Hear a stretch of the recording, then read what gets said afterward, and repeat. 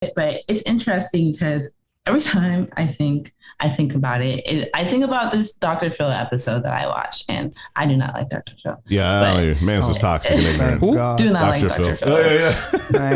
Dr. Phil, okay. But there was a couple on there that like believed in polyamory, and so I believe they were married and they had kids, and so they were basically just talking about how they watch porn with their children. And so obviously you hear that and you're hold on. Unless, hold on. Unless you're using it to teach. Hold on, stop. Go ahead. Unless you're using it to teach. Wait. Let me finish. No, finish, because it is important at times to like teach them what it is. Let me finish. Yeah, so please. obviously when you first hear that, you're like, what? So of course everyone in the audience, what? And and Dr. Phil's like, how can you do that? And they're like, well, listen.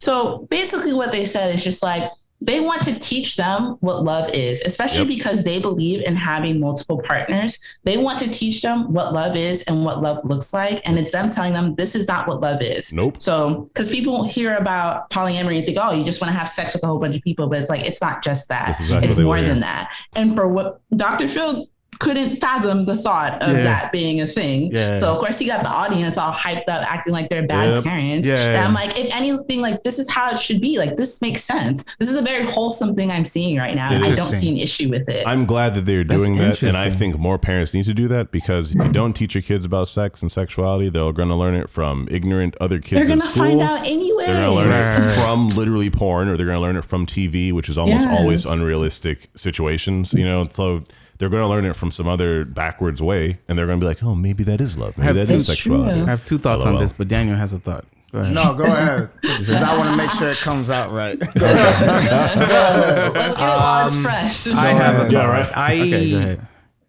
I agree that you need to teach your kids about sex, love, and what toxic, rock and roll. And what toxic love looks like. But I do not agree with using pornographic material at that age. That's really peculiar, bro. Like it needs to be like if they're trying to do that, bro, it needs to be like the most like super nearly PG freaking scene. Like the most, I don't even know. That's wild to be watching with them. The most artistic, the first 10 minutes of the most artistic softcore thing you've ever seen. Very sensual.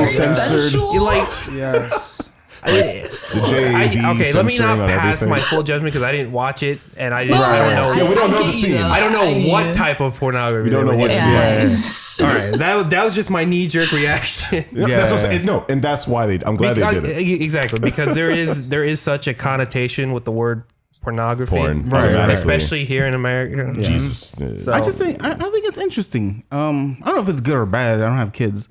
But I just think it's an interesting parenting style. Part of me thinks it's a little lazy way of teaching your kids about sex. But another part of me is like, if I have, one, it depends on the age of the kids.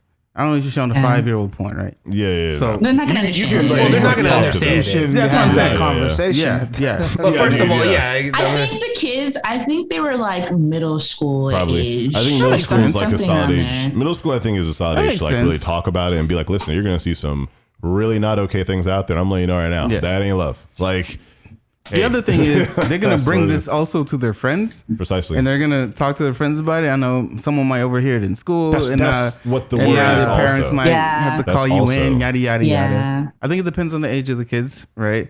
Also, it's an interesting way of teaching kids about their bodies, because, I mean, the school's not going to do it correctly. So it's that ain't gonna happen. I think it's an interesting way to talk to them about it.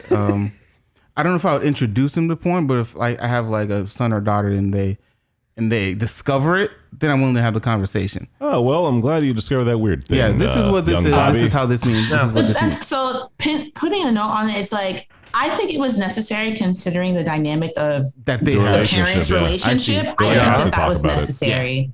I do think it was necessary to do it that way, because it's like people are automatically going to assume that's what's happening when it comes to them. So I think it was important for them to teach their kids exactly what it is. Literally, they'll be bullied for it, and the kid will be like, okay, why am I being bullied for this? How do I tell them that you guys aren't just having orgies all the time? Because we use the word poly. Like, what does that mean? Blah, blah, blah. Why is that a word you have to use?